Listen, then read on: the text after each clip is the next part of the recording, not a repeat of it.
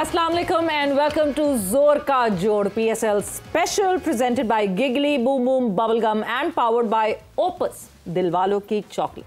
So yes, the competition is going on. 8 मुकाबले अब तक PSL सीजन 10 के हो चुके हैं. कराची किंग्स और कोयटा ग्लैडिएटर्स कल थे एक्शन में, मगर ये वन साइडेड मैचेस कब हमारा पीछा छोड़ेंगे ये समझ नहीं आ रहा.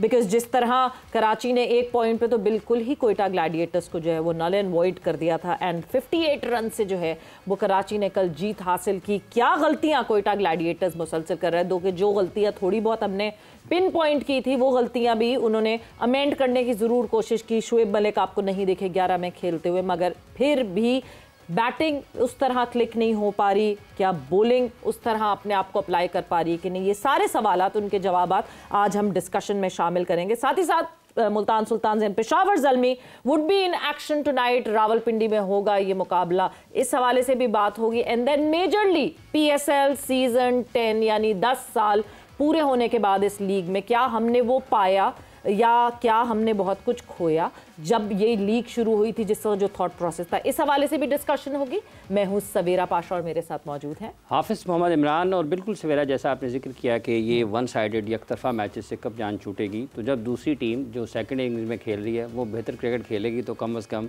ये ज़रूर होगा कि हम यकतरफा मुकाबलों से निकल जाएंगे. और जहाँ तक ताल्लुक PSL का है, 10वां एडिशन मुकम्मल होने के बाद पाकिस्तान क्रिकेट बोर्ड क्या हिकमत अमली इख्तियार करता है उस पर भी बात यकीनन होगी, क्योंकि पाकिस्तान सुपर लीग की मुख्तलिफ जो फ्रेंचाइज़ हैं उनके मालिकान, अली तरीन साहब का जिक्र करें, आतिफ राना का जिक्र करें या और लोगों का, नदीम उमर साहब ने भी यहाँ पर बात की कि मसाइल हैं पाकिस्तान सुपर लीग के.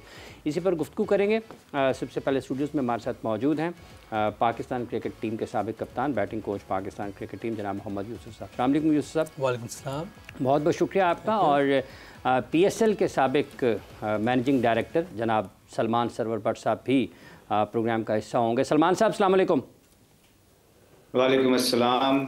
बहुत खबरों में सलमान साहब आपसे शुरू कर लेते हैं वो सब. कुछ भी शुरू करने से पहले बिकॉज एक अपडेट देना ज़रूरी है. Pakistan women and Bangladesh women were in action और ये आखिरी मुकाबला था पाकिस्तान वुमेन का क्वालिफायर्स के लिए और क्वालिफाई ऑलरेडी कर चुकी है. ये भी जीत, यहाँ पे भी जीत हासिल की पाकिस्तान वुमेन टीम ने. 7 विकेटों से बांग्लादेश वुमेन के अगेंस्ट जीत हासिल की है and Pakistan women team unbeaten रही इस क्वालिफायर में. एंड आई होप कि जब वर्ल्ड कप में आगे पाकिस्तान वुमेन टीम जाए तो इसी परफॉर्मेंस को आगे ले जा सके और रेसिप्रोकेट कर सके. बिल्कुल जी. और मुबारकबाद पाकिस्तान की उस वुमेन टीम को जिन्होंने नाकाबिल शिकस्त रहते हुए इस क्वालिफाइंग राउंड में कामयाबी हासिल की और वर्ल्ड कप में जगह बनाई है. सलमान साहब, काफ़ी सारी बातें सुनने को मिल रही हैं PSL के बिलखुसूस मॉडल के हवाले से. अली ने अपने ख्यालात का इज़हार किया है, लाहौर कलंदर्स वाले अपने ख्यालात का इज़हार करते हैं, कोयटा की तरफ से ये बातें सुनने को मिलती हैं.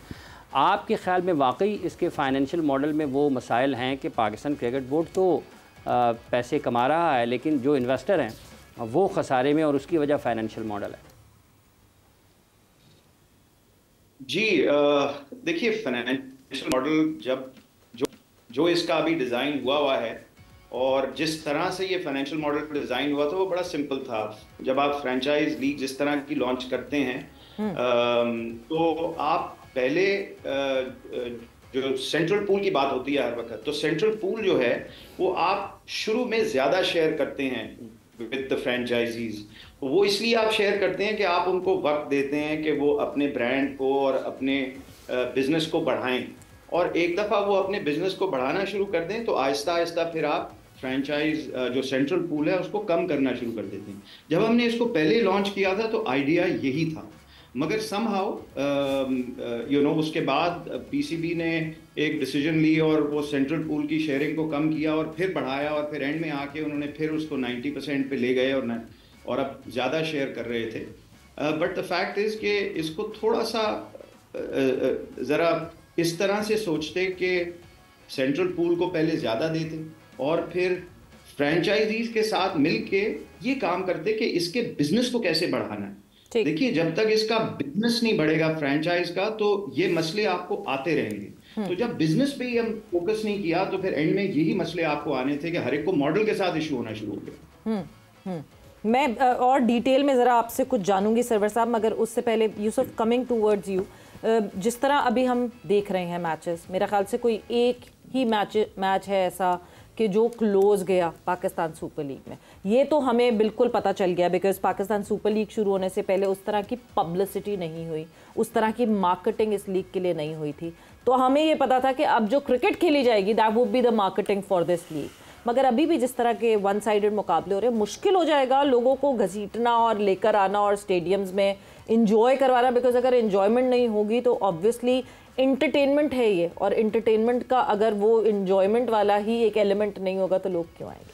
बिस्मिल्लाह, बिल्कुल ठीक कहा आपने, क्योंकि क्रिकेट जिस तरह की हम लोग खेल रहे हैं, स्पेशली पाकिस्तानी जो प्लेयर जितने भी हैं वो बहुत पीछे की क्रिकेट खेल रहे हैं। जो आजकल की क्रिकेट की डिमांड है वैसे हम नहीं खेल रहे हैं। आप आउट हो जाएं जी, नहीं, गेम की पेस को चलने दें। अब साउथ कील सीजन प्लेयर है, टेस्ट क्रिकेट भी खेल रहा है, मुसलसल प्लेयर खेल रहा है और वनडे क्रिकेट भी खेली है। आउट का आप बिल्कुल ना घबराएं, और जो क्रिकेट डिमांड कर रही है ना इस टाइम वैसे खेलें आप। उसने मैं 40 बॉल पे 33 रन बनाए। वैसे भी आप 55 रन से आ रहे हैं, वैसे आप 100 से हार जाते, कोई मसला नहीं, एटलीस्ट मजा तो आता। एटलीस्ट मजा आता। देखिए आप उन दूसरे प्लेयर्स बाहर के जो हैं, टिम सेफर्ड ने 180 के स्ट्राइक रेट से, वार्नर हालांकि बिल्कुल ऑफ कलर लग रहा है, बिल्कुल ऑफ कलर लग रहा है, उसके कोई पाँव शाँव नहीं चल रहे, एक बॉल के पीछे वो भाग रहा था तो बिल्कुल ऐसे लग रहा था कि बहुत बड़ी उम्र का बंदा कोई भाग रहा है बॉल के पीछे, लेकिन उसके भी स्ट्राइक रेट 150 के करीब है। फिर वो विंस ने ज़बरदस्त इनिंग खेली। आप देखें कि वो चारों तरफ क्रिकेट खेल रहा है, हर तरफ शॉट्स खेलते हैं। बिल्कुल। जब हमारे बॉलर बॉलिंग करते हैं ना, हमें ऐसे लगता है कि हमारा ग्राउंड में फील्डर ही कोई नहीं है। हमें हर तरफ मार पड़ी होती, लेकिन जब हम बैटिंग कर रहे होते हैं उस वक्त लगता है हर तरफ फील्डर खड़े हैं। बिल्कुल। तो ये सीखने पिच भी बदलती हुई लगती है, पता नहीं क्या होता है कि अचानक से पिच स्लो हो गई। अब ये देखिए, लोग उन्होंने ना क्रिकेट लर्न की है, उन्होंने मॉडर्न को लर्न किया। आप देखिए शुरू में जब ये T20 वर्ल्ड कप शुरू हुआ है 2007-9 शुरू के 2 वर्ल्ड कप में उनकी तैयारी नहीं थी, उन्हें नहीं पता था क्या करना है क्या, लेकिन वो सीख रहे थे, साथ लर्न कर रहे थे जी।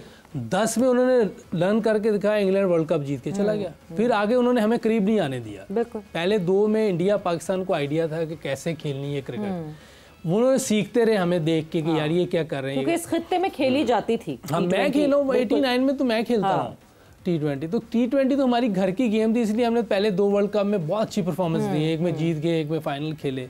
लेकिन उन्होंने लर्न की, बहुत जल्दी क्रिकेट लर्न की है, जो डिमांड थी।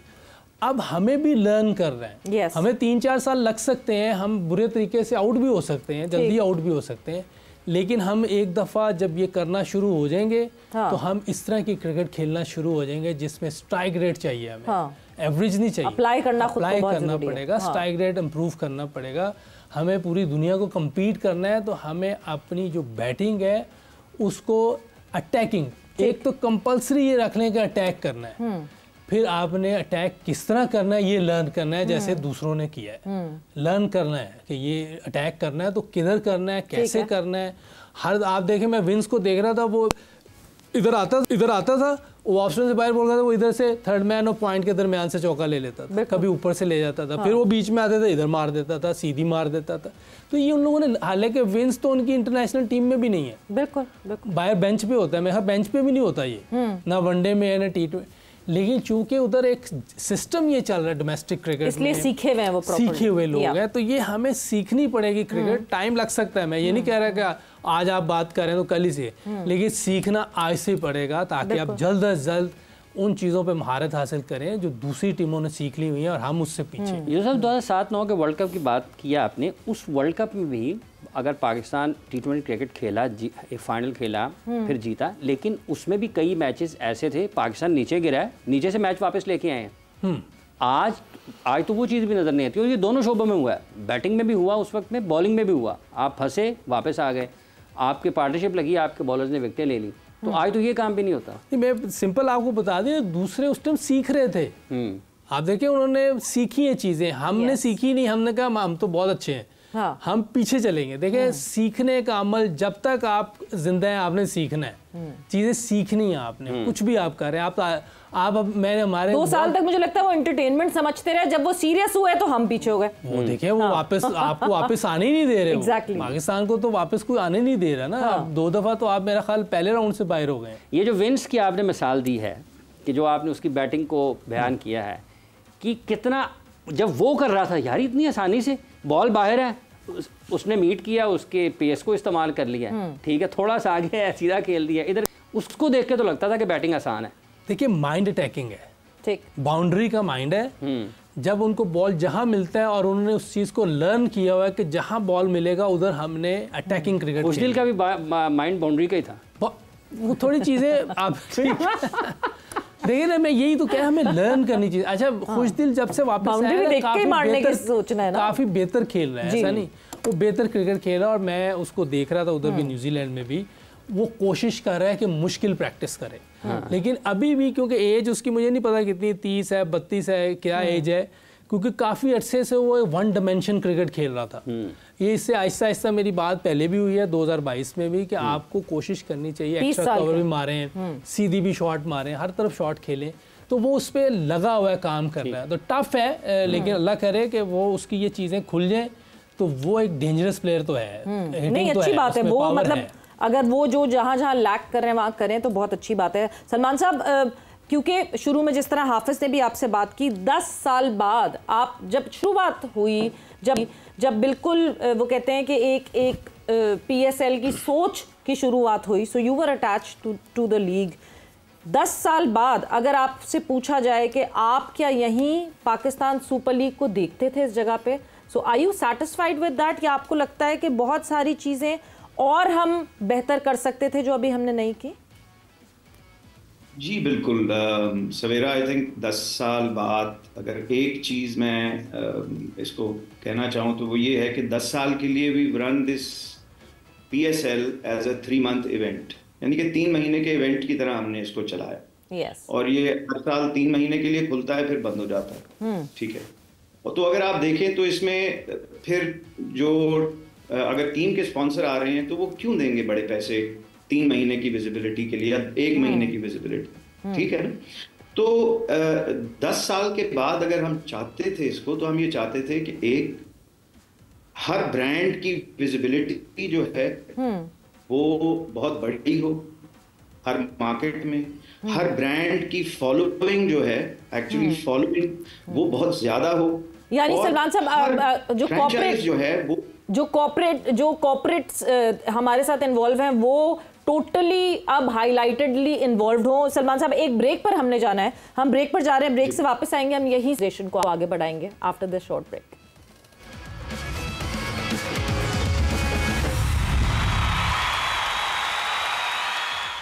And welcome back to Zor Ka Jod PSL special presented by Giggly Boom Boom Bubblegum and powered by Opus दिलवालों की चॉकलेट। सो ब्रेक पे जाने से पहले सरवर साहब आपसे ये बात हो रही थी, and the progress that you imagined over that period of time, वहीं से कंटिन्यू करेंगे उस बात को।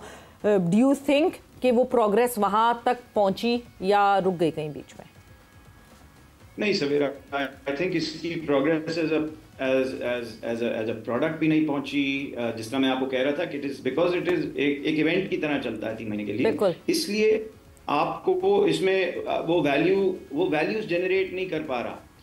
एक जगह आके अब इसकी ब्रॉडकास्टिंग वैल्यू भी मेरी नज़र में मे बी ओवर प्राइस हो गई होगी। स्पॉन्सरशिप को हाँ कहीं वैल्यू नज़र आती है, बट फ्रेंचाइजीज जो हैं, जो फ्रेंचाइज ओनर्स हैं, वो ये सेंट्रल पूल के अलावा और क्या कमा रहे हैं? अपनी स्पॉन्सरशिप भी वो उस प्राइस पे बेच नहीं पा रहे जो कि अब उनको बेचनी चाहिए थी 10 साल बाद, और जो रेवेन्यू स्ट्रीम्स कंस्ट्रक्ट करनी चाहिए थी वो उन्होंने नहीं की। अब मैंने पहले भी आपको पिछली दफा कहा था कि ये एक चीज सिर्फ उनको करने की नहीं थी।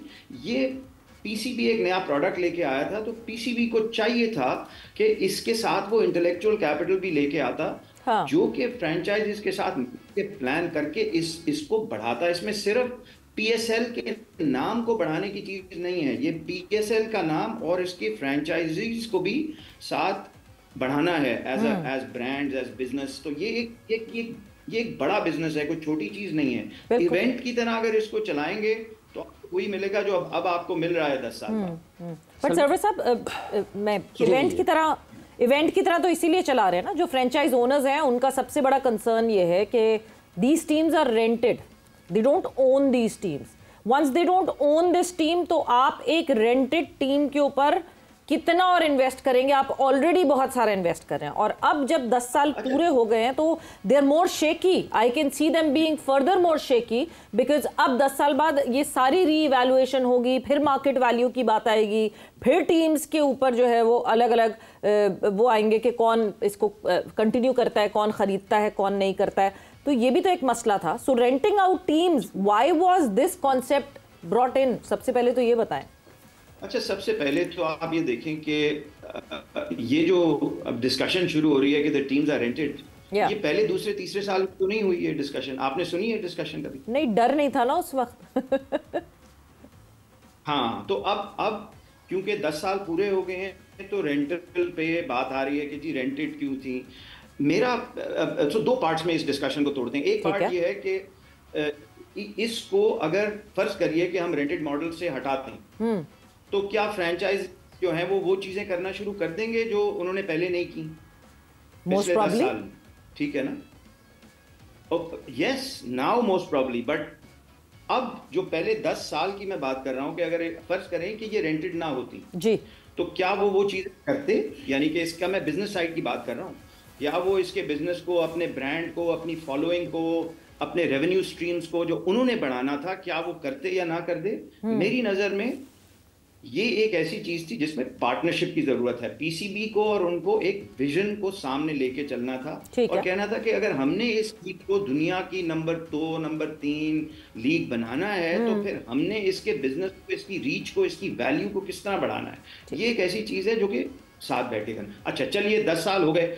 अब अगर हम इसको रेंटेड से परपेचुटी की तरफ लेके जाए, फर्ज करें हम ये कहते हैं कि ये परपेचुटी मॉडल है, ठीक है, तो वो परपेचुटी मॉडल पे अगर ले जाते हैं तो फिर क्या होगा, मुझे ये बताइए. क्या ऑल ऑफ अ सडन अब फ्रेंचाइजीज जो हैं वो अपनी ब्रांड को पूरे साल अलाइव रखेंगे? क्या वो अपने बिजनेस को, और जो मैं बार बार कहता हूँ फ्रेंचाइजी रेवेन्यू स्ट्रीम्स बननी चाहिए, वो क्या बनाना शुरू कर देंगे? क्या उनके पास वो एक्सपर्टीज हैं? क्या उन्होंने लाहौर कलंदर्स और पेशावर ज़ल्मी तो अभी भी कर रही है सरवर साहब. इसका मतलब वो तो कर रहे हैं, इवन रेंटेड होने के बावजूद कर रहे हैं. तो शायद अपनी हो जाएगी तो और करेंगे, मे बी ग्राउंड बनाने में, क्या पता गद्दाफी स्टेडियम को सजाने में कि वो लाहौर कलंदर्स का स्टेडियम लगे, ये सब कुछ करने लगेंगे. सो ठीक है. सो अगर से लाहौर कलंदर्स ये कर रहा है, मेरी नज़र में लाहौर कलंदर्स ने भी अभी एंड में आके शुरू किया, जो कि बहुत अच्छी बात है. मगर ये लाहौर कलंदर्स और ये सारी टीमों को एक्चुअली, जिस तरह मैंने कहा कि 8 से 10 प्रोडक्ट्स तो आज खड़े होने चाहिए थे ना इनके, और इनकी फॉलोइंग जो है, इनकी जो फैन बेस है, इनको मोनेटाइज करना शुरू कर देना चाहिए था मेरी नज़र में. वो नहीं हुआ. अच्छा, अब ये बात से आपको ऐसा लग रहा होगा जैसे I am pointing the finger towards the franchise.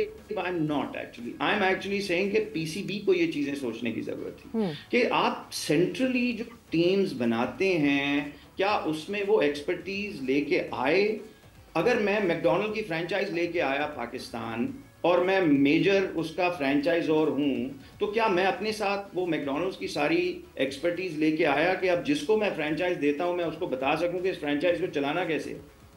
आप समझ रहे हैं मेरी बात? अच्छा सलमान साहब, एक और कथा कलामी की मादत चाहूँगा. जब हम दो चीज़ें हैं कि आपने कहा कि आपके पास रेवेन्यू स्ट्रीम नहीं है, आपके पास मॉडल नहीं है. एक टूर्नामेंट होता है PSL का, उसमें भी आपकी मार्केट के वही लोग हैं जो स्पॉन्सर्स हैं. एक टूर्नामेंट आपका नेशनल T20 होगा तो उसमें भी वही स्पॉन्सर्स हैं. तो कहाँ जाएंगे फ्रेंचाइज मालिकान? दूसरा इसमें साथ जुड़ी चीज़ ये है कि अगर कोई एक फ्रेंचाइज मालिक अपना ब्रांड बड़ा करता है, फ़र्ज़ कर लें जैसे आपने लाहौर का जिक्र किया, वैसे वो 2016 से कर रहे हैं अपना PDP का प्रोग्राम. अगर लाहौर 24 करोड़ का है टीम, 24 करोड़ की, वो 10 साल में उसको 1 अरब 24 करोड़ की बना लेता है अपनी एक्टिविटी से. 10 साल के बाद वो उसी टीम को खरीदने के लिए जाएगा तो दोबारा 1.5 अरब की खरीदेगा अपनी बनाई हुई टीम को. तो ये दो चीज़ों को बताइएगा कि वो खुद पैसे खर्च करके उसकी वैल्यू बढ़ाएं और खुद उसको ज़्यादा महंगी खरीदें. जी, अच्छा देखिए, ये मॉडल जब कंस्ट्रक्ट हुआ था तो ये उस वक्त कंस्ट्रक्ट हुआ था जबकि पाकिस्तान में इसका कोई कॉन्सेप्ट नहीं था. ठीक है ना? तो पहले तो ये समझ लीजिए कि इसकी रिन्यूअल उस वक्त क्या तय हुई थी. और मैं ये नहीं कह रहा कि वो रिन्यूअल मॉडल को रीलुक करने की ज़रूरत नहीं है, बट ये भी हम समझ लें कि उस मॉडल वो क्या था, रीवैल्यूएशन किस प्राइस पे हमने कहा था होगी? हमने ये कहा था कि 10 साल बाद ये जो टीम्स हैं इनकी मार्केट वैल्यू निकलेगी।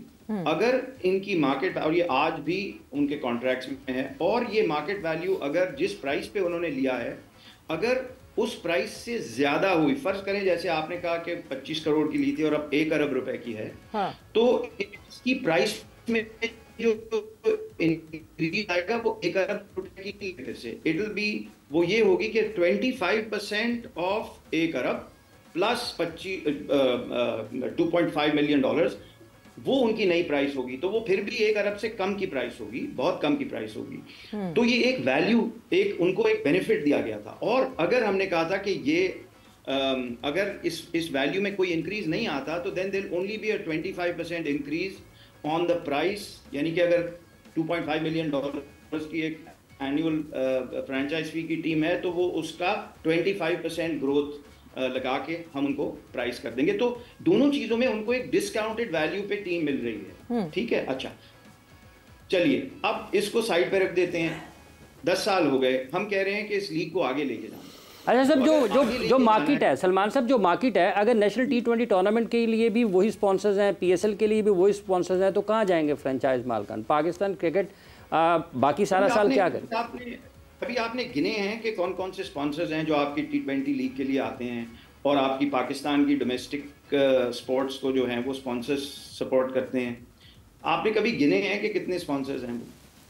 बिल्कुल गिने। आपकी नजर में are they the biggest spenders in Pakistan? No, they are not. Right, so they're not the biggest spenders. That means कि वही स्पॉन्सर की तरफ हम जा रहे हैं और वो कुछ स्पॉन्सर्स हैं, सारे नहीं। हाँ। और तो बिगर स्पॉन्सर्स जो स्पेंडर्स हैं उनकी तरफ तो हम जा ही नहीं रहे।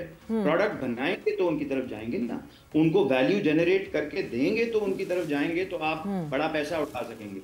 अब एक टीम हमारी थी जिसने, जो मुझे कुछ थोड़ा बहुत जो पता है, जिसने शुरू में एक बहुत बड़ी कंपनी का स्पॉन्सरशिप उठाई एट अ वैल्यू, मैं नाम नहीं ले रहा, at a value twice the franchise fee, right? यानी कि उनकी जो फ्रेंचाइज फी थी उसके डबल वैल्यू की उन्होंने वो स्पॉन्सरशिप उठाई। ओके। मतलब क्या हुआ, वो स्पॉन्सरशिप, वो जो स्पॉन्सर था वो 1 साल के बाद उसका जो एक्सपीरियंस हुआ, दूसरे साल उसने कहा मैं इतने पैसे देने के लिए तैयार नहीं हूँ कि मुझे आप वैल्यू नहीं दे रहे। तीसरे साल उसने और कम कर दी, चौथे साल वो चले गए।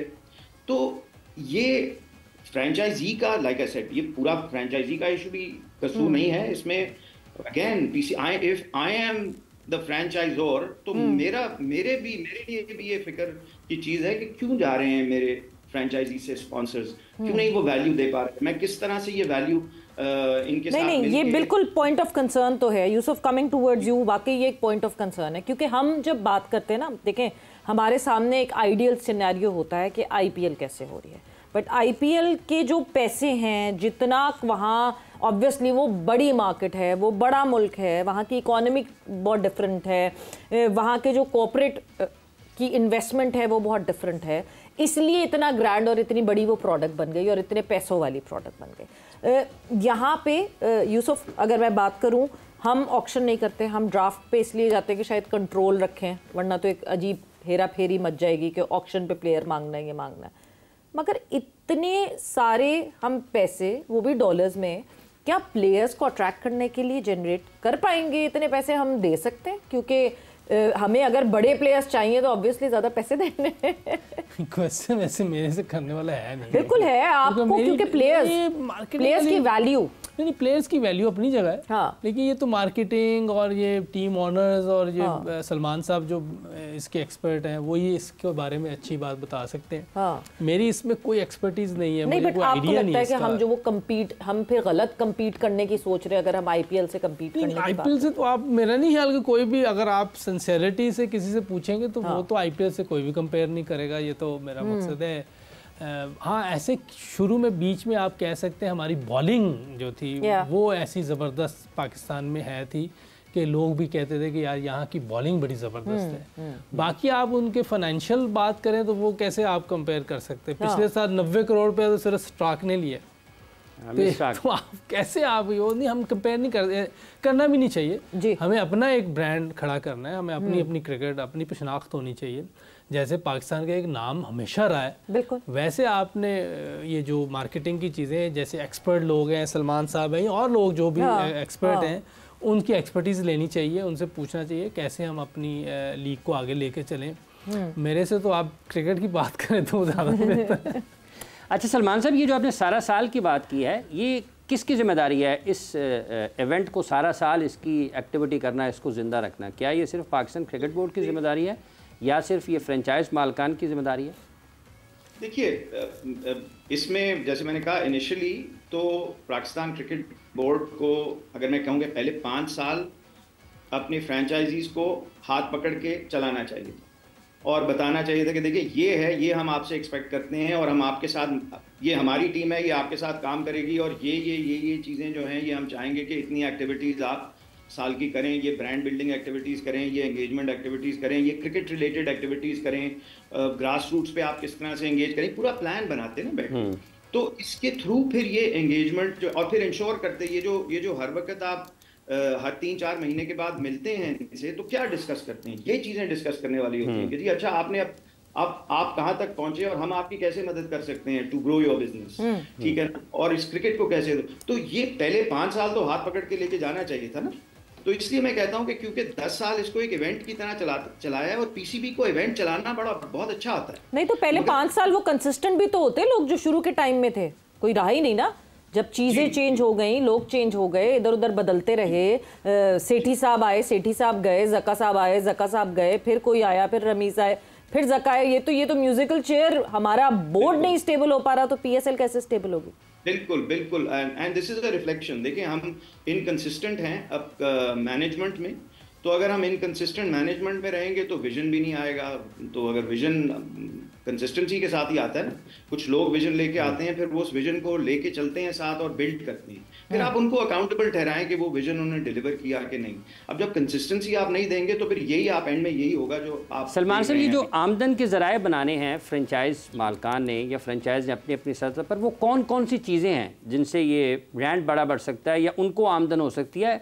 उस 6 हफ्तों के टूर्नामेंट के अलावा वो कौन कौन सी चीज़ें थी जिन पर इब्तदाई तौर पर काम हुआ और ये करना चाहिए था इनको? देखिए बहुत सारी चीज़ें हैं एक्चुअली। तो मैं बार बार वो एक एग्जांपल देता हूँ। अगर आप फ्रेंचाइजेस बाहर की ले लें तो फ्रेंचाइजिंग, लाइसेंसिंग, अपैरल, ये अगर आप लाइन ही पकड़ लें तो इसमें अगर आप बाहर की फ्रेंचाइजेस लें तो आपको नज़र आएगा कि 200-250 products and services her franchise जो है वो को ब्रांड करके बेचती है, ठीक है।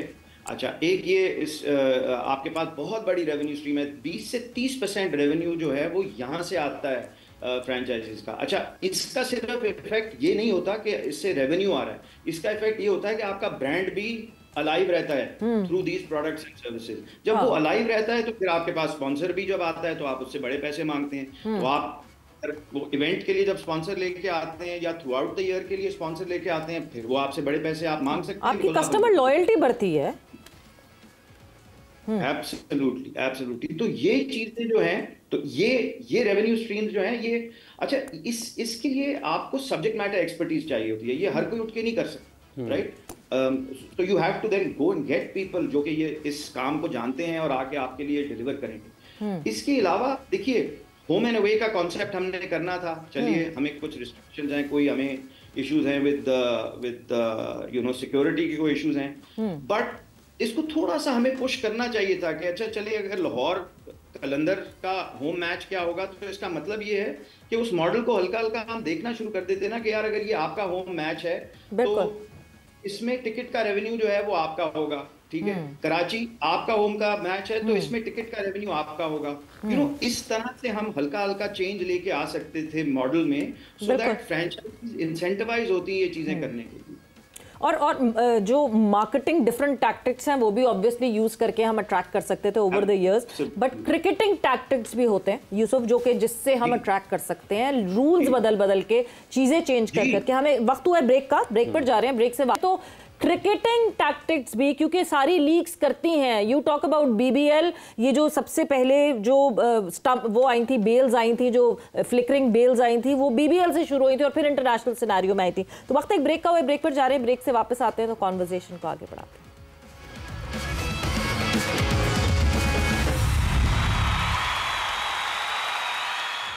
And welcome back to Zor Ka Jod PSL special presented by Giggly Boom Boom Bubblegum and powered by Opus, दिलवालों की चॉकलेट। सो ब्रेक पे जाने से पहले ऑब्वियसली मार्केटिंग पर्सपेक्टिव से तो बात हो ही रही है कि पीएसएल को मार्केटिंग पर्सपेक्टिव से और कहाँ बेहतर किया जा सकता, कौन कौन सी अपॉर्चुनिटीज़ थी जिनको अभी हमने टैप ही नहीं किया है और हमारे पास वहाँ मार्जिन है। बट जब हम क्रिकेटिंग उसकी एक्सपर्टीज, क्रिकेटिंग डिफरेंसेस की बात करते हैं, क्रिकेटिंग इंटरेस्ट डेवलप करने की बात करते हैं, क्रिकेटिंग रूल्स चेंज करने की बात करते हैं, यूसुफ दुनिया भर में लीग्स ये कर रही हैं। कहीं ना कहीं वो क्रिकेटिंग रूल्स में ऐसी तब्दीली लेकर आती हैं कि अपने गेम को इंटरेस्टिंग बना सके, जैसे कि आईपीएल में इम्पैक्ट प्लेयर का रूल है। मैंने बीबीएल की एग्जांपल दी थी, टेक्नोलॉजी के हिसाब से वो इंटरेस्ट डेवलप करती हैं, जिस तरह वो जो लाइटनिंग बेल्स जो हैं उनकी वो। सो हम वो भी नहीं कर रहे, कोई ऐसा कोई जगह जहाँ पे हमें ये भी अब करना चाहिए, बिकॉज हमें अपनी लीग को आगे बढ़ाना है। बिल्कुल ऐसे ही आईसीसी भी करता होता था बात का जी। सुपर सफर ले आते थे कभी, मैं जहाँ बैठ जाऊँ दूसरा प्लेयर आ जाए फील्डिंग में, इस तरह के। तो ये चीज़ें करनी चाहिए और देखिए हमारे एक्सपर्ट को दिखाना चाहिए कि दूसरी लीग्स क्या कर रही हैं। जैसे आईपीएल है, इंग्लैंड में है लीग्स, 100 लीग में क्या हो रहा है। जैसे आईपीएल का भी आपने बताया कि इम्पैक्ट प्लेयर डाल देते हैं, तो ये देखना चाहिए कि ये वाला मॉडल हमारे यहाँ हमारे कल्चर में सूट करता है तो ज़रूर करना चाहिए। कोई नए तजर्बात करने की बजाय हम ये इनको भी देख सकते हैं, ये फॉलो कर सकते हैं कि ये लोग क्या कर रहे हैं। अच्छी चीज़ें लेनी चाहिए जिससे हमारी लीग ऊपर की तरफ जाए, हमारे जो ब्रांड है वो बढ़े। तो कोई मसला नहीं, आप किसी की और से भी चीज़ें ले सकते हैं, कोई ऐसी बात नहीं है। तो ये अच्छी चीज़ है। इम्पैक्ट प्लेयर जैसे कल टीम डेविड में इम्पैक्ट प्लेयर ही खेलते हैं ज़्यादा, क्योंकि जब वो टीम में खेलते हैं तो दूसरों के लिए इम्पैक्ट हो जाता है, जो मुझे लगता है। तो वो कल देखे फिर 50 कर गया वो, 97-95 में उसके 50 उसके थे, क्योंकि ऊपर से जल्दी सारे आउट हो गए।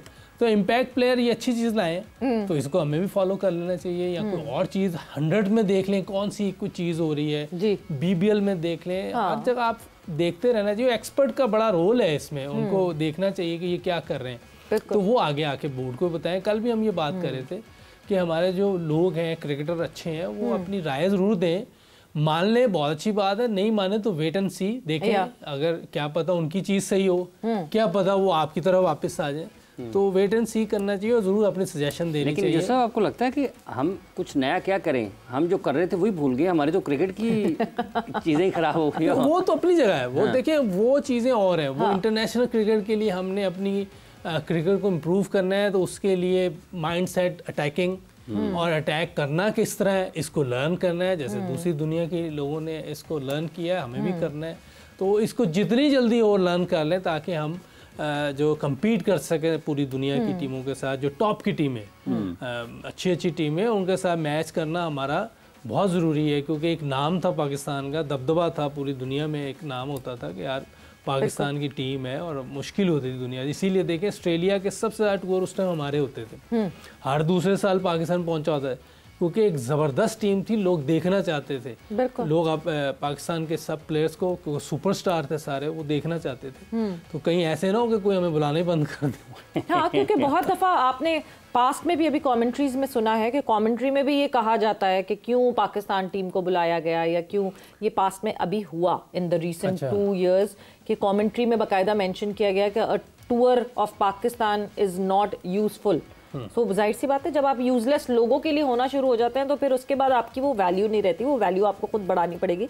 But coming back to the value, Sarwar साहब, जैसे मैंने यूसुफ से भी पूछा था, आपसे मैं ज़रूर जानना चाहूँगी, ड्राफ्ट का कॉन्सेप्ट क्यों था हमारे पास कि हम इन कंट्रोल रखें सारे फाइनेंसेस को, और ऐसा ना हो कि कोई एक फ्रेंचाइज बहुत ही ज़्यादा खर्चे कर दे, या क्या, what was the concept behind it, और हम ऑक्शन की तरफ क्या मूव ऑन कर सकते हैं, या इतना पोटेंशियल नहीं है हमारी मार्केट में?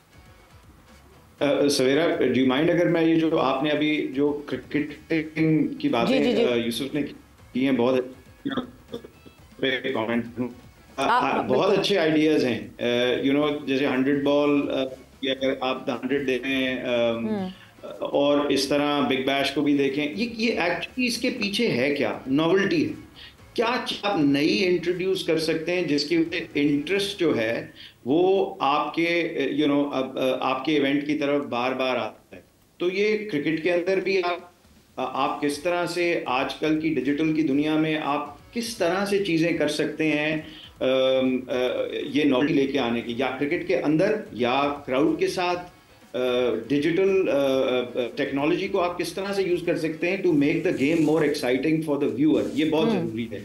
तो इसको ये भी एक एस्पेक्ट है जिससे आपका प्रोडक्ट एक साल से दूसरे साल ऐसे लगता है कि फ्रेश चीज सामने आ रही है ना। तो ये करना बहुत जरूरी है और ये करते रहना चाहिए अगर PSL की रेलेवेंस रखनी है। अच्छा, अब आप आते हैं कि जरा ऑक्शन पे। देखिए, हमने ड्राफ्ट शुरू में इसलिए रखा था बिकॉज शुरू में एक नई चीज़ हर कोई ख़रीद रहा था और हम चाह रहे थे कि एक दफ़ा एवरीवन गेट्स कंफर्टेबल और वो रेवेन्यू स्ट्रीम्स बनना शुरू हो जाएं, तो लोगों के पास अपने खर्चे किए पैसे और नहीं शुरू हो जाएं फ्रेंचाइजीज के पास, तो फिर हम ऑक्शन की तरफ जाएंगे और एक कंट्रोल्ड ऑक्शन की तरफ भी आप जा सकते हैं। और तो अब बात यह है कि अब आप इस सिचुएशन में हैं जहाँ पे आपके रेवेन्यू स्ट्रीम्स बड़े तो हैं मगर उतने नहीं ऑप्शन को खोलें और आप कि जी खोल दें और उससे जो प्राइस ऑफ प्लेयर्स है वो इतनी बढ़ जाए कि वो आप वही फ्रेंचाइजीज जो हैं वो बाद में आपको आके कहेंगे जी we are making bad losses. तो इवन दो ऑक्शन देखने को बड़ा एक्साइटिंग लगता है और आप खींच के लेके आ सकते हैं बड़े प्लेयर्स को, बट अगर इकोनॉमिकली वायबल ना हो इसका मतलब फिर वही है कि जब तक मेरा सिंगल पूल नहीं बढ़ेगा, जब तक मेरी फ्रेंचाइजी की रेवेन्यू स्ट्रीम्स अपनी नहीं बढ़ेंगी, मतलब अभी तक ये डबल ट्रिपल हो जानी चाहिए थी, अगर ये नहीं हुई हैं, या डबल तो हो जानी चाहिए थी, अगर नहीं हुई है तो आप ऑक्शन को किस तरह इंट्रोड्यूस कर सकते हैं। अभी आप आज की सिचुएशन में आपका जो कराची और लाहौर की टीमें हैं वो मेरी नज़र में बहुत स्लाइट प्रॉफिट में आ रही होंगी, जबकि छोटी टीमें they would be making a good number. Multan जो है they are not making money, right, the sort of price they are paying. तो इसमें जब आप ऑक्शन भी लगाएंगे तो प्रेशर और आ जाएगा, तो आपको पाए बढ़ाने की जरूरत है इससे पहले कि आप ऑक्शन के बारे में सोचें। सलमान साहब, ये एक टीम जिसका सबसे आखिर में आपने जिक्र किया मुल्तान का, ये सबसे महंगी टीम है, एक लगभग लगता है कि ये $6 मिलियन जो सुनने में आता है कि उतने में फरोख्त हुई थी। अब जब हम 2 टीमें शामिल करते हैं इजाफी, तो क्या आपको लगता है कि आखिरी जो इसके बाद जो 7वीं और 8वीं टीम होगी वो $6 मिलियन से ज़्यादा की जानी चाहिए, और क्या हम इस वक्त अफोर्ड करते हैं कि 2 टीमें ऐड हो जाएं, और फिर क्या वाक़तन ये मज़ीद टीमें एक खसारे में या 2 और खसारे में बर्दाश्त कर सकता है PSL? नहीं जी, मैं सबसे पहले तो मेरी नज़र में 2 टीमें और नहीं ऐड करनी चाहिए अभी। अभी इस दुकान को ठीक करें पहले, ठीक है ना। पहले इसको ज़रा और कंपेटिटिव बनाएं, इसको ज़रा रोबस्ट बनाएं, इसके प्रोडक्ट को ठीक करें। जैसे यूसुफ ने बात की, वो जो फॉरवर्ड थिंकिंग है वो भी आपके प्लेयर्स की जब आनी शुरू होगी तो आपका अपना डोमेस्टिक प्रोडक्ट भी अच्छा होगा। डोमेस्टिक प्रोडक्ट अच्छे होने से भी एक प्रोडक्ट में जान आती है, उसके साथ आप फिर फॉरेन प्लेयर मिलाते हैं तो उसका एक बेनिफिट मिलता है। तो अभी आपकी ये दुकान जो है ये इसमें और आप फ्रेंचाइज बेच देंगे तो बाकी फ्रेंचाइजेज जो हैं वो अंडर स्ट्रेस आ जाएंगी, बिकॉज सेंट्रल पूल आपका इतना नहीं बढ़ेगा। और अगर सेंट्रल पूल इतना नहीं बढ़ा तो वो अब जहाँ $3 मिलियन सबको मिल रहे हैं तो 6 में डिवाइड होते हैं, वो 8 में डिवाइड होने शुरू हो जाएंगे। तो आप हिसाब लगा लें कि हर कोई जो है वो एटलीस्ट $5-5 लाख के स्ट्रेस में जाना शुरू हो जाएगा। तो I don't think that is a good idea. जहाँ तक आपने मुल्तान की बात की, मेरी ये पर्सनल ओपिनियन है, and I please don't, this is not a reflection on anything, but मेरी नज़र में मुल्तान की टीम महंगी बिकी है। जब वो बिकी थी तो $5 से $6 मिलियन की वो टीम बिकी थी, मे बी वो $3-3.5 मिलियन की उसकी वैल्यू थी, बट वो महंगी बिकी है। सो वो प्राइस पॉइंट मैं नहीं लूंगा when you introduce new teams. ठीक, बट सरवर साहब आपने जो है वो आप बिल्कुल मना करते हैं कि अभी टीम्स नहीं बढ़नी चाहिए until or unless we make it मैं बिल्कुल मैं इसके फेवर में नहीं हूँ कि आप और टीम्स अभी ऐड करें। ठीक है सरवर साहब, बहुत बहुत शुक्रिया था ज्वाइनिंग इन। वक्त अभी एक ब्रेक का हुआ है, हम ब्रेक पर जा रहे हैं और ब्रेक से वापस आएंगे तो यस इट इज PSL और PSL में मुल्तान सुल्तान एंड पेशावर ज़ल्मी एक दूसरे के मद्दे मुकाबिल होंगी। कैसा हम एक्सपेक्ट करें आज का मैच और क्या किसकी प्रेडिक्शन होगी सही किसकी गलत, उस हवाले से बात करेंगे। ब्रेक पर जा रहे हैं, ब्रेक से वापस आएंगे, कॉन्वर्जेशन को आगे बढ़ाएंगे।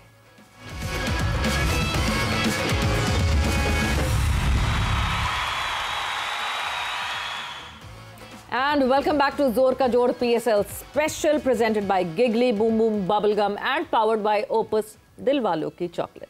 सो आज है मुकाबला मुल्तान सुल्तान एंड पेशावर ज़ल्मी एक दूसरे के मद्दे मुकाबिल होने वाली हैं। रावलपिंडी में होगा ये match. This is the 9th match of PSL season 10। और ब्रेक पे जाने से पहले हमने बहुत सारे पर्सपेक्टिव से जो है वो PSL को लेकर बात की कि हमें मार्केटिंग में क्या क्या बेहतर करना है, हमें कौन से रूल्स और रेगुलेशंस हैं जिनके हिसाब से PSL को बेहतर करना है, हमें क्रिकेटिंग अफेयर्स में कहाँ PSL को बेहतर करना है। बट यूसुफ सबसे इम्पॉर्टेंट चीज़ ये है कि ये जो वन साइडेड मैचेस हो रहे हैं इनको ख़त्म करना बहुत ज़रूरी है।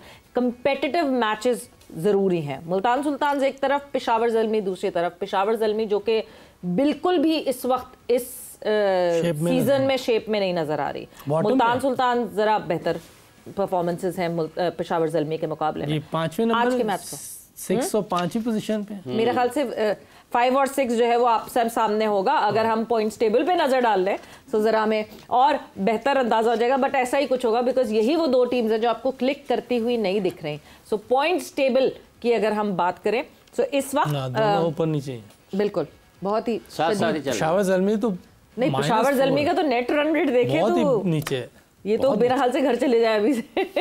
नहीं अभी तो इनके मैच हैं कितने 8 मैचेस हाँ, टर्न अराउंड हो सकता है। नहीं कुछ भी हो सकता है। T20 क्रिकेट में कुछ भी होता है। हमने अक्सर देखा है कि कोई शुरू में 5 जीता है बाद में 5 जीते ही नहीं, शुरू में 5 हारता है बाद में जीतना शुरू होता है, कोई कॉम्बिनेशन बनाते हुए देर हो जाती है। जैसे मैं अभी मुल्तान सुल्तान की टीम में देखा यासिर खान है, इसको मैंने खेलते हुए देखा था इधर 5 टीमों का टूर्नामेंट फैसलाबाद बेहतर खेल रहा था। अगर आप किसी को इसमें चेंज करना चाहते हैं, लेकिन ये भी ओपनर है तो कहाँ करेंगे? हाँ मसला ये है। जैसे साउथ शकील ने कल जो है वो कोशिश करता तो निचले नंबर पे खेल लेता, नाफे को या वो क्या नाम है हसन नवाज को ऊपर भेज सकते थे। तो इस तरह आप अपनी टीम की बेहतरी के लिए अपना नंबर पीछे कर लें तो कोई प्रॉब्लम नहीं होती। हो सकता है कि बेहतर रिजल्ट दे सकते हैं वो दोनों, नाफे और उस्मान ऊपर चले जाते हैं। तो इसी तरह यासिर खान को अगर ये अब द ऑर्डर ले जाएं कि जो भी इनका ओपनर है जवान 3 पे आ जाए 4 पे आ जाए, ताकि ये इनकी प्रैक्टिस भी हो जाएगी।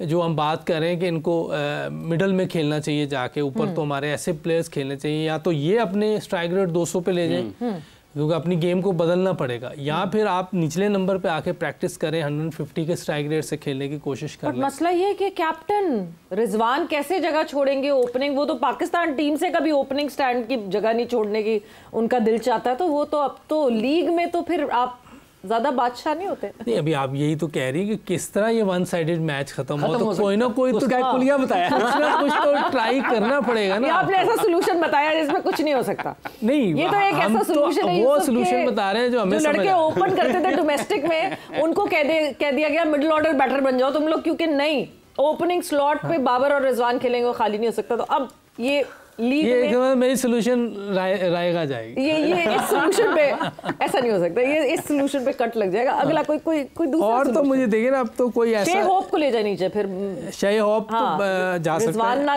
नीचे जाए, शे होप चला जाए। हाँ ये कर ले, शायद होप पीछे आ जाए। जिस तरह भी इन्होंने अपना कॉम्बिनेशन बनाना, लेकिन कोई चेंजेस लेके आए। जैसे कल नबी को लेके आए, नबी ने 7 रन दिए, सिर्फ 2 विकेटें लेके। वही जो मैं आपसे बात कर रहा था, लेफ्ट हैंड को जो अंदर बॉल आता है उस पे विकेट टेकिंग बॉल होता है। और कराची यही मिस कर रहा था, एक अच्छा स्पिनर जो कि इम्पैक्ट डाल सके। उन्होंने अल्लाह के बंदों ने दोनों लेफ्ट आर्म स्पिनर खिला दिए फखर के खिलाफ। तो मैचअप देखे ना, ये मैचअप उनसे सही हुआ ही नहीं। जो भी उधर थिंक टैंकर थे उनसे पूछना चाहिए कि किस तरह आपने फखर के खिलाफ 2 लेफ्ट आर्म स्पिनर खिला दिए। नबी बाहर बैठा हुआ है, अब जो कल खेल सकता है तो पिछला मैच भी खेल सकता था। कल उसने 2 छक्के भी लगाए हैं। इम्पैक्टफुल प्लेयर है। आपने लिया हुआ है तो उसको फिर यूज़ करें ना, आप यूज़ करना चाहिए। और कल उन्होंने यूज़ किया, उसने अपनी परफॉर्मेंस दिखाई। हालांकि साउथ स्केल ने बहुत इजी कैच उसका छोड़ दिया था। ये तो बहुत ही इजी कैच था, रन आउट था, इजी ले गया, रन आउट नहीं साउथ स्केल ने उसका बहुत इजी कैच छोड़ा। उसके बाद उसने आमिर को 2 छक्के मारे। रन आउट भी छोड़ा है एक उसने पहले। अच्छा, ये मुझे नहीं, मेरा ख्याल जेम्स विंस का रन आउट था, वो सीधा थ्रो हुआ है वो जो मेहर उसने एलियन ने, ठीक है। वो कल इन्होंने एक मौका दिया है यंगस्टर को, अच्छी चीज़ है उसको, रियाजुल्लाह को अच्छी बात है अपने। और उन्होंने बैठा दिया है उसको शान मसूद। ये देखे ना, वो कैप्टन था, अगर आज वो कैप्टन होता तो फिर वार्नर बाहर कैप्टन ने दूसरे कैप्टन को बाहर बिठा दिया। तो बहरहाल अब पता नहीं ये उन्होंने, ये आपने पेशावर को बताया कि कुछ इस तरह ना काम करो। नहीं, मैं ये देख रहा हूँ कि उन्होंने सीधा उसको बाहर बिठा दिया। खुल के बताया ना कि आप क्या कहना चाह रहे हैं। शान मसूद को सीधा बाहर बिठा दिया। बहरहाल कोई ना कोई आपको मुल्तान सुल्तान को ऐसी चेंजेस करनी पड़ेंगी जो टीम में एक नई जान लेके आए। बिल्कुल, टीम के लिए सैक्रिफाइस टीम, देखिए सैक्रिफाइस अगर सही रुख में हो जाए ना तो जो सैक्रिफाइस करता है उसका भी भला हो जाता है। वो भी, उसकी परफॉर्मेंस भी इन्हेंस होती है, चीज़ें बेहतर होती हैं। और ये टीम के लिए, जो आप टीम के लिए कुछ करते हैं तो फिर सबके लिए कोई ना कोई चीज़ें बेहतर होती हैं, ज़रूरी हो जाता है। क्योंकि टीम जीतेगी तो सबकी खैर है, अगर टीम हारेगी तो फिर सब पर बात होगी। अब मैं नंबर 1 हो जाऊँ तो इसका फ़ायदा सिर्फ मुझे ये, वो भी थोड़ी देर है, कितनी देर लोग सुनेंगे। वो देखेंगे यार जीत ही नहीं रहे तो अब मेरे नंबर 1 होने का क्या फ़ायदा, मुझे भी पड़ेंगी। तो इससे बेहतर है कि हम टीम के लिए कोई, जैसे दुनिया की दूसरी टीमें हैं वो इतने नंबर 1 नहीं होते लेकिन टीम जीत रही होती है, टीम उनकी ऊपर होती है। तो इस तरह की कुछ चीज़ें करनी पड़ेंगी इनको। बॉलिंग में तो पता नहीं, यूटिलाइजेशन ऑफ बॉलर्स, क्योंकि ये मसला हमने पिछले मैच में भी देखा कि जैसे उबैद की एग्जाम्पल ले लें, आपके उबैद शाह जो है वो नए बॉल से ज़्यादा अच्छी बॉलिंग करते हैं। आपको अगर उनका पोटेंशियल ही नहीं पता तो आप अगर उनको नई बॉल से बॉलिंग नहीं करवा रहे और आप लेटर 10वें 12वें ओवर में जाके उनको इंट्रोड्यूस करवा रहे हैं, तो ये पोटेंशियल भी तो जानना बहुत ज़रूरी है। हाँ, देखिए ये फिर यंगस्टर को मुश्किल टाइम पे बॉलिंग देना थोड़ा सा वो है। कोई इसके लिए हिकमत अमली बनानी चाहिए कि इसको हम किस वक्त लाएं। बाज़ का ऐसा होता था, कई जो बड़े क्लेवर कप्तान होते हैं ना, वो जैसे विकेट गिरती है ना तो अपने ऐसे बॉलर को लाते हैं जो यंगस्टर होता है या जो जिसको आपने ओवर गुजारने होते हैं। ये तो यंगस्टर है, ओवर गुजारने वाला बॉलर नहीं है। बिल्कुल, ये बुरा बॉलर नहीं है, ये आहिस्ता आहिस्ता बेहतर होता जाएगा। ये हो गया अली रज़ा हो गया, ये लोग यंग हैं, ये आगे जाके बेहतर हो सकते हैं और जैसे खुद भी लर्न करें। बिल्कुल, क्योंकि इनमें पोटेंशियल है, टैलेंट है। तो ये चीज़ें, तो इनको आप इस सही जगह पे इस्तेमाल करते तो शायद ये और बेहतर परफॉर्मेंस दे सकते। पेशावर में तो बहुत ही पीछे है, वो देख लेते हैं उनमें क्या चेंजिंग आ सकती हैं। उनमें सबसे आखिरी सफ़े पे जाना पड़ेगा। देखो जहाँ तक पेशावर में साइम और बाबर ओपन करते हैं। बाबर ऑब्वियसली बहुत इंपॉर्टेंट, जिस तरह पाकिस्तान टीम के लिए उस तरह पेशावर के लिए भी है। और Babar is not doing what Babar should do. Even Saim भी आपको ऑफ कलर दिखना अब शुरू हो गए, जिस तरह पहला मैच काफ़ी अच्छे बाद आए। लेकिन ये है कि जब साइम चला तो फिर दूसरी टीम को एक दफ़ा वो बैकफुट पे कर जरूरी है ना, चलना चले तो। देखिए अभी तो आप उसको वो दे सकते हैं, एज दे सकते हैं। वो इतनी लंबी इंजरी के बाद, मैं 3-4 महीने बाद वो आया है। पहले मैच में तो उसने 50 की थी। देखें, बाबर को हमने पहले भी मशवरा दिया था कि नंबर 4 पे खेल के देख लें, पुराने बॉल पे अपनी फॉर्म वापस आ जाए तो फिर ऊपर चले जाएं, कोई ऐसी बात नहीं। लेकिन अगर स्टिल वो कर रहे हैं ओपन, ये तो अब मैच होगा, पता चलेगा जी। तो कुछ जो चीज़ें मेरी उससे बात हुई है, मेरा ख्याल है कि जो मैंने उससे बातें की हैं वो उसी को प्रैक्टिस में लाए, उसी कुछ चीज़ों को करें। क्योंकि इधर उधर से होंगी चीज़ें तो मिक्स हो जाएंगी, बिल्कुल उसमें कन्फ्यूजन हो सकती है। तो एक मैंने जो चीज़ें इसको बताई थी उधर, अल्लाह करे उस पर काम करता रहे तो जो उसका बहुत जल्दी ओपन चेस्टेड हुआ था उसमें बेहतरी आएगी। तो ये पुराना जैसे बाबर खेलता था कवर में, थ्रू पॉइंट जैसे इसकी ड्राइव्स जाती थी, तो इंशाल्लाह वैसे वापसी पुराने बाबर का इंतज़ार है, ज़रूरी है। क्योंकि हमारा बड़ा प्लेयर है, इसमें कोई शक नहीं, परफॉर्मेंसेस दी हुई हैं। तो अगर ये वापस अपनी पुरानी फॉर्म में आ जाता है तो बड़ा डेडली काम हो जाएगा। बिल्कुल बिल्कुल। एक पॉजिटिव जो पेशावर ज़ल्मी की तरफ से, दैट्स मोहम्मद हारिस। मोहम्मद हारिस ने पिछले मैच में भी बहुत अच्छी परफॉर्मेंस की थी। नंबर सही है जहां वो खेल रहे हैं वहीं वो रहें, बिकॉज चौथे नंबर पे उन्होंने कहा भी कि पाकिस्तान टीम में मुझे नहीं ऊपर जगह मिलेगी तो मुझे यहीं डाउन दी ऑर्डर ही आके खेलना। अच्छी बात की उसने। वैसे एक चीज़ नज़र आ रही है तो उसको अपने आप को निचले नंबर्स पे तैयार करना चाहिए और ये होना भी चाहिए। जिसने पाकिस्तान टीम में जाके जिस नंबर पे खेलना है कोशिश ये करनी चाहिए उसको उस नंबर पे अपनी डोमेस्टिक भी और ये जो अपनी PSL है वो भी खेलनी चाहिए। तो ये उसने अच्छा माइंडसेट बनाया हुआ है कि मेरा नंबर 4-5 इसी तरह होगा तो मुझे वहाँ अपनी क्रिकेट डेवलप करनी है, वहाँ के हिसाब से मैंने अपना स्ट्राइक रेट लेके चलना है, शॉट्स वैसी डेवलप करनी है। मैं देख रहा था उसने रिवर्स स्वीप भी मारी स्पिनर को और सीधी स्वीप भी मारी, स्कूप वो वैसे उसका शॉट बहुत वो है। थोड़ा सा जो मुझे है कि एक सामने थोड़ा सा खेलना शुरू हो जाए, जो इधर ऑफ स्टंप पे बॉल आता है या तो सामने खेले या थोड़ा सा इस तरफ मारना शुरू हो जाए तो फिर वो फिर वो इसकी स्ट्रेंथ की तरफ आ जाएंगे। जो इसकी बॉडी की तरफ बॉल आता है ना उसको ये यूं भी ले जाता है, इधर भी मार देता है। तो एक एनर्जेटिक यंग प्लेयर है, विकेट कीपिंग भी बहुत ज़बरदस्त करता है। तो ये एक अच्छा ऑप्शन है पाकिस्तान के पास वाइट बॉल में। 2-3 शॉट्स इसकी अगर इजाफी शामिल कर ले काम होने वाला है ना। ये देखिए ये चीज़ें इन्होंने पहले सुनी नहीं हुई, मेरा ख्याल है इन्होंने इस तरह की बातें नहीं सुनी हुई जी। क्योंकि आप वन डायमेंशन क्रिकेट देख रहे होते हैं ना, या तो इनसे किसी ने बात नहीं की हुई या इन्हें समझ नहीं आई किसी की बात। दोनों में से कोई दोनों में से कोई एक बात जरूर है। तो यानी अब जब हम आज के इस कॉन्टेस्ट की बात करते हैं, एक तरफ पेशावर ज़ल्मी है, एक तरफ मुल्तान सुल्तान है, एक तरफ बाबर एज कैप्टन जो हमारे फॉर्मर कैप्टन, फिर हमारे T20 फॉर्मेट के फॉर्मर कैप्टन रिजवान जो हैं, ये दोनों हैं, दोनों फॉर्मर कैप्टन आए। हाँ, दोनों फॉर्मर कैप्टन एक दूसरे के आमने सामने होंगे। जहां रिजवान की कैप्टनसी और यूटिलाइजेशन ऑफ बॉलर्स की बात की, वहां अगर बाबर की यूटिलाइजेशन ऑफ बॉलर्स की बात की जाए तो लास्ट टाइम यही हुआ कि Hussain Talat was bowling well मगर हुसैन को खींच लिया गया और अली रज़ा को बॉलिंग करा दी गई।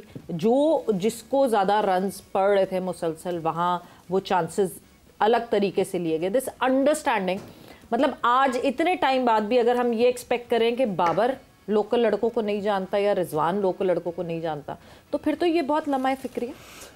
हाँ, मेरा ख्याल है कि उसने शायद ये चांस लिया कि इसकी पेस इतनी नहीं है, इसको ज़्यादा मारना पड़ जाए। ठीक, इसलिए अली रज़ा ने पिछले मैच में बहुत अच्छी बॉलिंग की हुई थी। अगर आप अली रज़ा की पहले मैच में बॉलिंग देखें तो उसने 4 में 30 रन दे के एक विकेट ली हुई थी। तो उसको मेरा ख्याल है कि ये एज दिया गया है और मेरा ख्याल है कि बुरा भी नहीं है, ये ऐसी बात नहीं है। लेकिन हो सकता है कि उस विकेट पे स्लोअर को मुश्किल हो रही हो, इसीलिए Sahibzada Farhan was in his full flow. हाँ, वो तो जो सामने आ रहा था, मगर अली रज़ा वाज हिज बनी जिसको उन्होंने टारगेट टोटल किया। टारगेट हो गया वो, उसको उस पे लगना शुरू हो गई, पेस यूज कर रहा था वो। मैंने कहा ना उसने जो चेंज किया ना। योर टीम, मुश्किल सवाल। ओह, हाफिज जी से स्टार्ट लें। हर दफा हाफिज जी। पेशावर आप बताएं। मैं तो जो बता रही हूँ गलत हो रही है, सो मैं मुल्तान कह देती हूँ, मगर नहीं, आई होप इस दफा जो है मुल्तान सुल्तान जीते, because Multan Sultan we are the media partner of Multan Sultan. So yes, आपकी टीम ना दिखाया करे, कहाँ दिखा रहे हैं। हाँ, पेशावर।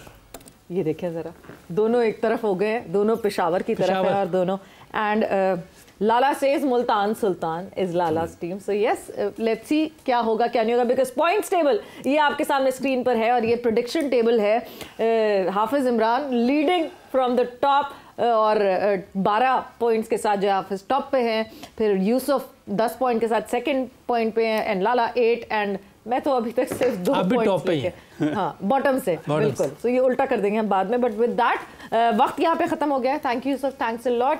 और सवेरा पाशा को और हाफिज इमरान को इजाजत दीजिए। अपना बहुत ख्याल रखिएगा। टेक केयर, बाय बाय, अल्लाह हाफिज।